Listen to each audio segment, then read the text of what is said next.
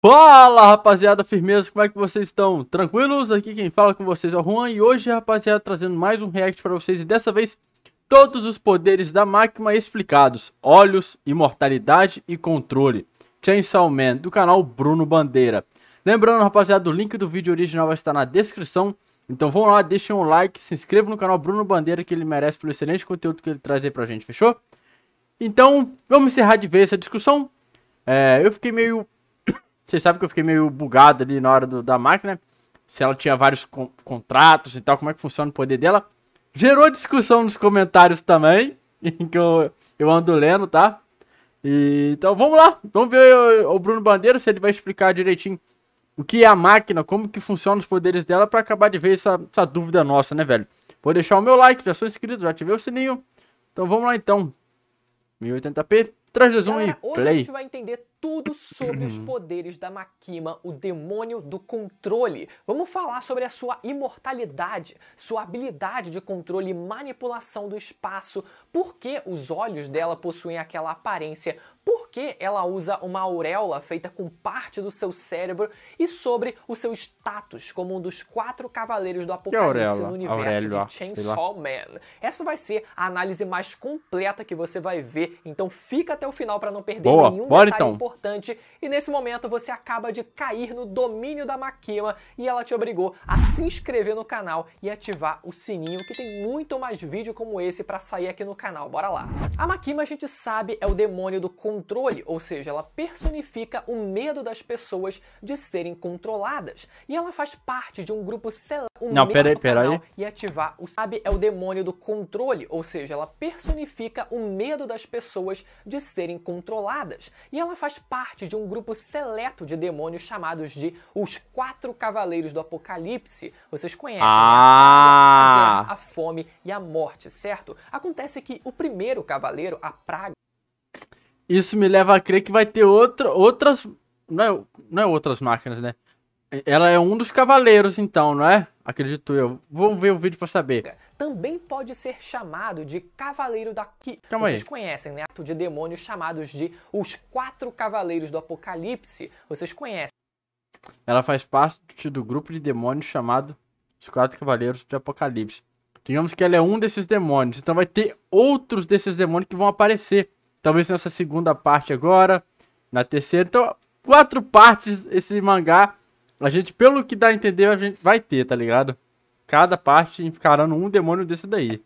Bora. A praga, a guerra, a fome e a morte, certo? Acontece que o primeiro cavaleiro, a praga, também pode ser chamado de Cavaleiro da Conquista, dependendo da interpretação que for feita, enfim. E por que eu digo isso? Porque o nome de demônio da Makima em japonês é Shihai, e esse nome usa o mesmo kanji que a tradução japonesa para o primeiro dos Cavaleiros do Apocalipse, que é a Conquista. Essa era a maior evidência disso, até de fato ser confirmado que ela era um dos cavaleiros, que ela fazia parte desse grupo. E o que isso interfere na história? Primeiro, que os 4 cavaleiros são naturalmente mais fortes do que os outros demônios, conseguindo até mesmo competir contra os demônios primordiais, como a gente viu a Makima conseguir enfrentar o demônio da escuridão, e a gente pôde... Então ele não é o demônio mais forte, ó. Então é a Makima o demônio mais forte. Em segundo vem o demônio da escuridão, ó. A gente viu a Makima conseguir enfrentar o demônio da escuridão, e a gente pôde ver os dois usando a manipulação do espaço, e num primeiro momento a Makima até conseguindo se sobressair contra ele. Outra coisa é que isso interfere também na ordem em que cada um dos demônios é apresentado na história. Por exemplo, a gente teve primeiro, né, a introdução da Makima, o demônio do controle ou da conquista, e agora na parte 2 do mangá a gente teve a introdução do demônio da guerra, que é... Ai, velho, já tomei spoiler, velho. Meu Deus. A Mitaka, Ou seja, se a gente seguir essa ação do Demônio demônio provável que a gente não vê quero aqui saber. é a Mitaka. Ou seja, se a gente seguir essa ordem, é muito provável que a gente veja em seguida os demônios da fome e da morte, respectivamente. Esse conceito de cavaleiros foi inicialmente introduzido pela própria Makima na série. Ela explica que os 4 cavaleiros e os demônios das armas, uma vez, se envolveram em uma batalha brutal contra o Pochita, lá no inferno. No entanto, no meio da batalha, o Pochita desaparece misteriosamente, tendo o Pochita mudado de forma à beira da morte e escapado para a Terra. E apesar deles terem trabalhado juntos, os 4 cavaleiros não são exatamente um grupo unido. Na verdade, cada membro tem objetivos diferentes. A Makima, por exemplo, ela pretendia usar o poder do Pochita para erradicar os outros cavaleiros a fim de criar um mundo supostamente melhor, né? Mesmo tendo lutado ao lado deles antes. Enquanto, por exemplo, o objetivo do demônio da guerra, que é a Mitaka, é fazer o Pochita vomitar o demônio da arma nuclear e revivê-lo. Mas como a Makima pretendia usar o Chainsaw para criar um mundo melhor, sem morte, fome ou guerra, como ela mesma diz? Porque a maior habilidade do Chainsaw é ser capaz de consumir outros demônios, literalmente devorando eles e fazendo com que o medo que eles representam, né, cada demônio representa um tipo de medo, desapareça da consciência pública, além de, obviamente, apagar também as suas existências físicas. Isso é mostrado pelo fato de que o Kishibe, ele não sabia sobre acontecimentos históricos como o Holocausto, os nazistas e até a bomba nuclear, o que significa que o Chainsaw em algum momento consumiu os seus respectivos demônios e com isso eles ficam impossibilitados de reencarnarem na Terra também. Então é dessa forma que a Makima pretendia criar um mundo melhor, fazendo os demônios que personificam os maus do mundo deixarem de existir e fazendo o mundo esquecer, todo o resto das pessoas esquecerem desses maus, da existência desses maus, para que só existisse meio que o bem na mente das pessoas, né? Ou algo que se aproximasse dessa realidade. É uma habilidade que eu particularmente achei meio arbitrária, essa do Chainsaw, de conseguir apagar da existência, enfim, os outros demônios conseguindo devorar eles. Eu vou confessar pra vocês, mas uma coisa que a gente descobriu na parte 2... tem que ser melhor explicado isso aí. Por que ele tem essa habilidade? Não é só o demônio da serra. É que é possível fazer o Chainsaw vomitar esses demônios de volta. E esse é o objetivo do demônio da guerra. Fazer o Chainsaw vomitar o demônio da arma nuclear para que ele seja revivido e usado pelo demônio da guerra. Afinal, para haver guerra, precisa-se também de armas. Ou seja, os demônios que o Chainsaw devorou em algum momento no passado não são apagados pela eternidade. Eles podem ser trazidos de volta se forem de alguma forma puxados de dentro, né, lá do Chainsaw Man. Agora, como a Makima sabia sobre os demônios que o Chainsaw devorou no passado se todo mundo esqueceu da existência deles? Vamos lá. A princípio, galera, eu achava que essa seria uma habilidade apenas da Makima por ela ser o demônio do controle. Pensa comigo, faz sentido pensar que o Chainsaw não poderia manipular, ou seja, controlar a mente do demônio, que é justamente o demônio do controle. Ela poderia muito bem ser imune a essa habilidade do Chainsaw por ser justamente quem é. E isso nem seria algo absoluto, até porque a própria Makima diz que a memória dela já estava dando umas capengadas. Mas enfim, acabou que na parte 2 a gente viu que a Mitaka, o demônio da guerra, também lembrava de ter existido o demônio da arma nuclear, ou seja, isso leva a gente a crer que todos os cavaleiros são, até certo ponto, imunes ao apagamento de memórias do Chainsaw. Eu vou dizer pra vocês que antes dessa revelação na parte 2, eu achava bem plausível que essa fosse uma habilidade somente da Makima e ter todo esse conceito dela ser o demônio do controle e não poder ser controlada, né? Mas enfim. E outra coisa que os cavaleiros têm em comum são os infames olhos, galera. Olhos. Os lindos olhos da Makima são iguais aos olhos da Mitaka. Ou seja, é uma forma de identificar visualmente quem são os cavaleiros. Então, seria legal se os próximos aparecerem e a gente só visse os olhos deles e já pudesse deduzir quem eles eram só por isso, né? mas até o momento esses olhos não têm nenhuma habilidade ocular. É só para ser bonito mesmo, pra gente poder identificar quem eles são. Mas antes da gente falar das habilidades especiais da Makima, vale lembrar que ela é muito forte fisicamente também. Não é à toa que na última batalha ela escolhe intencionalmente lutar corpo a corpo com o Chainsaw. E o pau quebra bonito, galera. Tudo bem que a Makima conta, né, com a imortalidade dela, que a gente vai explicar também, e ela é morta várias vezes durante a luta e fica revivendo toda hora, mas cada um usa a arma que tem, meu amigo, não tem essa. E isso é o suficiente para ela conseguir de fato derrotar o Chainsaw na sua forma final e arrancar o Pochita de dentro dele, aquela cena clássica que a gente conhece. Claro que depois vem o Denji na sua forma humana, aproveitando a brecha para finalizar a Makima, mas foi dada uma explicação para aquilo, né? O que interessa é que no pau brabo mesmo ela também se mostrou bem forte. Agora falando sobre as habilidades especiais dela, primeiro sobre a sua habilidade de controle. Como ela incorpora o medo do controle, da conquista, da dominação, as suas habilidades naturalmente refletem essa natureza. Além de sua maneira manipuladora de pensar e agir, ela é capaz de controlar qualquer ser que ela acredite ser inferior a ela, podendo até forçá-los a fazer contratos com ela ou outro demônio. E como ela tem um ego bem grande, naturalmente ela consegue controlar muita gente por se achar superior, né? Mas essa é uma definição muito importante, galera, porque a gente vai... Aparentemente, então, o único que a gente tem certeza que ela não pôde controlar é o Kishibe, né, velho? Pô, o Kishibe é muito foda, né, velho? Porque o Kishibe é uma pedra no sapato dela e eu acho que ela sabia disso. Mas mesmo assim ela não pôde fazer nada, tá ligado? Acho que o Kishibe... O Kishibe é o Kishibe, né, velho? Dispensa comentários.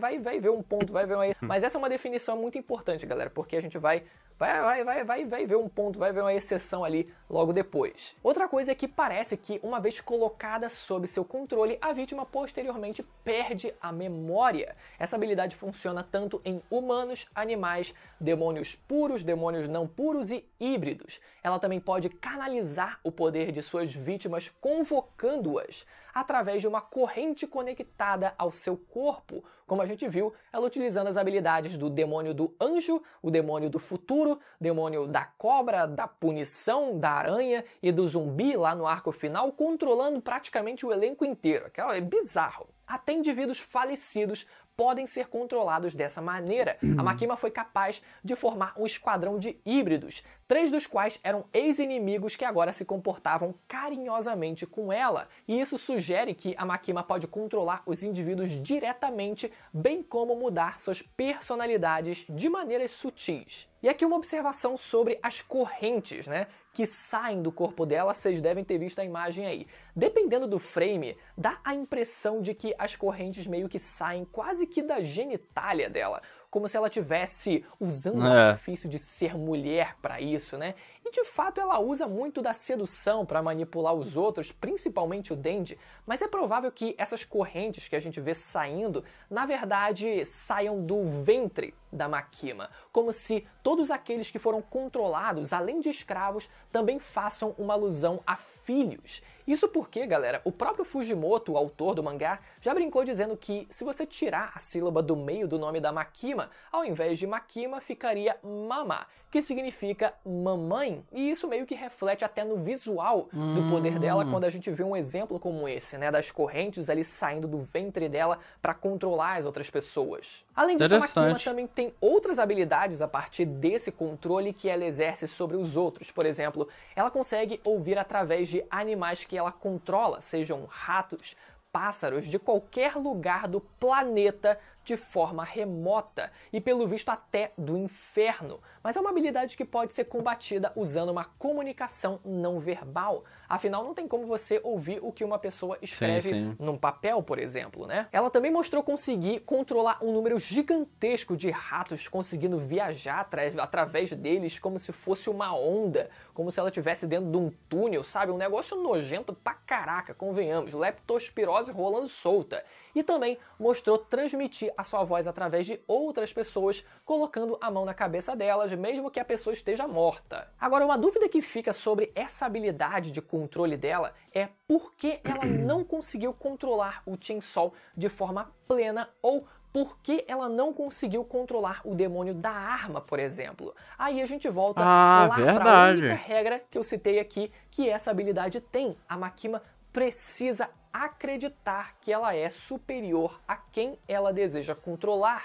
E não era esse o caso contra esses dois, por mais que ela não precisasse verbalizar isso pra gente, né, dentro da história. Na verdade, até no caso do Chainsaw, ela chega a controlar por alguns momentos ele, né, mas talvez essa crença da Makima não fosse absoluta. Ela pode ter acreditado que tinha o controle em alguns momentos e em outros não, e por isso ela não conseguia controlar o Chainsaw completamente, só em alguns momentos. A segunda grande habilidade da Makima é a sua manipulação de espaço. Por ela ser o demônio do controle, além de conseguir controlar a mente das pessoas, ela consegue também controlar a própria matéria, usando o famoso bang dela, com o dedinho ali, né? Só com a força do seu dedo, ela foi capaz de causar um dano considerável no demônio da escuridão, e com uma série de bangs, ela chega a isolar o Chainsaw para fora do planeta em direção ao espaço, galera. Isso não é pouca coisa. Esse é um poder que pode ser usado só com a força da mente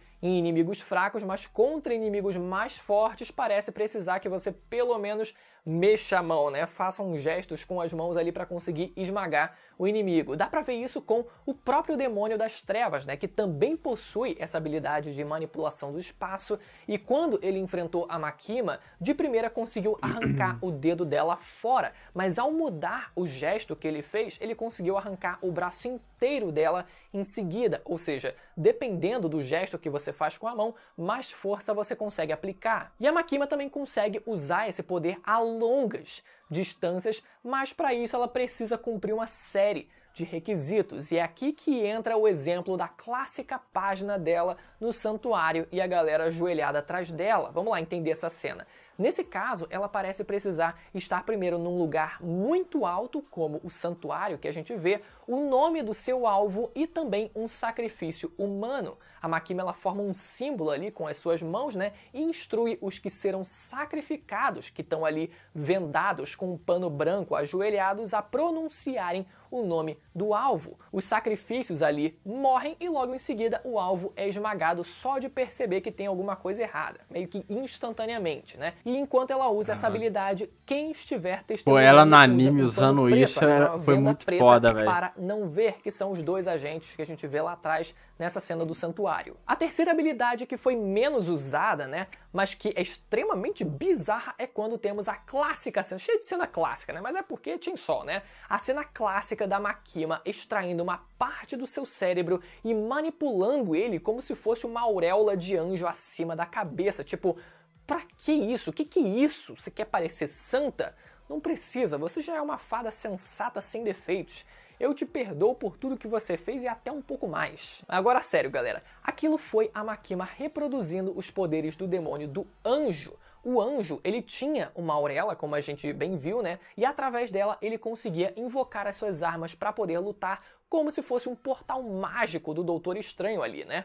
E a Makima faz a mesma coisa ao controlar o anjo, teleportando demônios para cima do demônio da arma com uma auréola gigante de carne como um portal, no caso gigante com o cérebro dela ali como se fosse um portal. E essa é mais uma habilidade que eu também super aceitaria se fosse da Makima diretamente e não que ela estivesse copiando o poder do anjo. Até porque se ela consegue dobrar o espaço, por que não ela conseguir também criar um buraco de minhoca para poder se teleportar? Tá super condizente com o conceito do poder dela. E por fim, a origem da sua habilidade de imortalidade. Bom, a gente sabe que os demônios por si só são meio que imortais, no sentido de que se eles morrem, voltam para o inferno, e se morrem no inferno, reencarnam na Terra de novo. Mas nesse caso, eles perdem totalmente as suas memórias das suas vidas passadas e voltam com uma outra personalidade. No caso da Makima, por ela ser um demônio, naturalmente ela tem a capacidade, né, de firmar contratos com seres humanos, e por ser o demônio do controle, ela consegue obrigar humanos a firmarem contratos com ela. E com isso, a Makima faz um contrato, né, com o primeiro-ministro do Japão em troca de trabalhar para o país, né, servir ao país, e aí que ela começa a trabalhar como caçador, enfim, de demônios com a agência dela. E como resultado desse contrato, qualquer dano fatal que a Makima receba é transferido para um cidadão aleatório do Japão que possua alguma doença ou enfermidade. E com isso, toda vez que ela é morta, logo em seguida ela surge inteira de novo, sem qualquer gota de sangue aparente. E isso justifica a virtual imortalidade que ela tem. Galera, eu espero demais que vocês tenham gostado desse vídeo. Se você ficou até o final, tenho certeza que você curtiu. E agora, nesse momento, eu convido você mais uma vez a se inscrever no canal brabo, e ativar o sininho para não perder os próximos vídeos sobre o anime tudo explicado e o universo agora, de Chainsaw Man. Beleza, galera? Até a próxima. Tchau. Valeu, cara. Muito foda, velho. Lembrando, rapaziada, do link do vídeo original vai estar na descrição. Vão lá, deixem um like, se inscrevam no canal Bruno Bandeira, que ele merece. Deu uma de cebolinha de novo, merece, né? Pelo excelente conteúdo, fechou? Cara, interessante. Então, minhas dúvidas agora praticamente acabaram. Ela é o demônio do controle, né? Deixa eu só dar uma olhada aqui de novo. Aqui, ó. Grupo seleto de demônios chamados de os 4 Cavaleiros do Apocalipse. Vocês conhecem, né? A praga, a guerra, a fome e a morte, certo? A praga... No caso, ela é a praga, o primeiro cavaleiro, a praga, também pode ser chamado de Cavaleiro da Conquista. Ah, isso mesmo, é a praga. Cara, então tá certo. Quem fala que ela é o demônio da praga, o demônio do controle, enfim, o certo é controle, né, velho? Mas a gente entende quem fala que é praga e tal.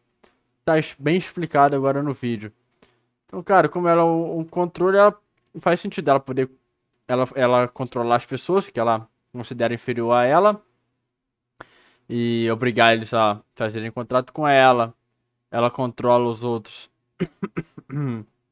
através da corrente. Ela controla os outros fazendo com que eles usem as habilidades em prol dela, tá ligado? Cara, muito interessante. Agora, cara, entendi perfeitamente agora tudo. A questão da imortalidade agora. Cara, tudo faz sentido. E já tomei um spoiler, né, velho? Eu falei antes, então provavelmente vai ter 4 partes, né, velho? A gente vai agora pro próximo cavaleiro, depois o outro cavaleiro, depois outro cavaleiro. E tomei um spoiler, né? Demônio da guerra. É agora, não é? O Cavaleiro da Guerra que a gente vai ver. Cara, eu tô muito hypado pra continuar Chainsaw Man. Ih, tá muito louco essa segunda parte, velho. Teve um amigo comentando nos comentários que tá muito louco, velho. E que o Dente vai dividir o protagonismo. Então tô bem ansioso, rapaziada. Com certeza eu vou trazer, tá? Podem esperar que em breve eu vou estar trazendo aí a parte 2 de Chainsaw Man. Mas é isso, rapaziada. Muito obrigado a todo mundo que comentou aí também, me deu uma explicação, tá? Sobre os acontecimentos que eu não entendi muito bem ali e tal. Tem um amigo que comenta sempre aí pra me ler o mangá, pra me entender de vez. Cara, eu até queria ler mangá, mas eu sou preguiçoso. Eu prefiro ver em vídeo, tá ligado? E trazer aqui pra vocês. Me acompanhar com vocês. Enfim, mas eu entendo, realmente, se eu pegasse pra ler direitinho, sem... Como é que eu posso dizer, né, velho? Só tá o mangá, mente focada no mangá. Você pega muito mais referências ali, né, velho?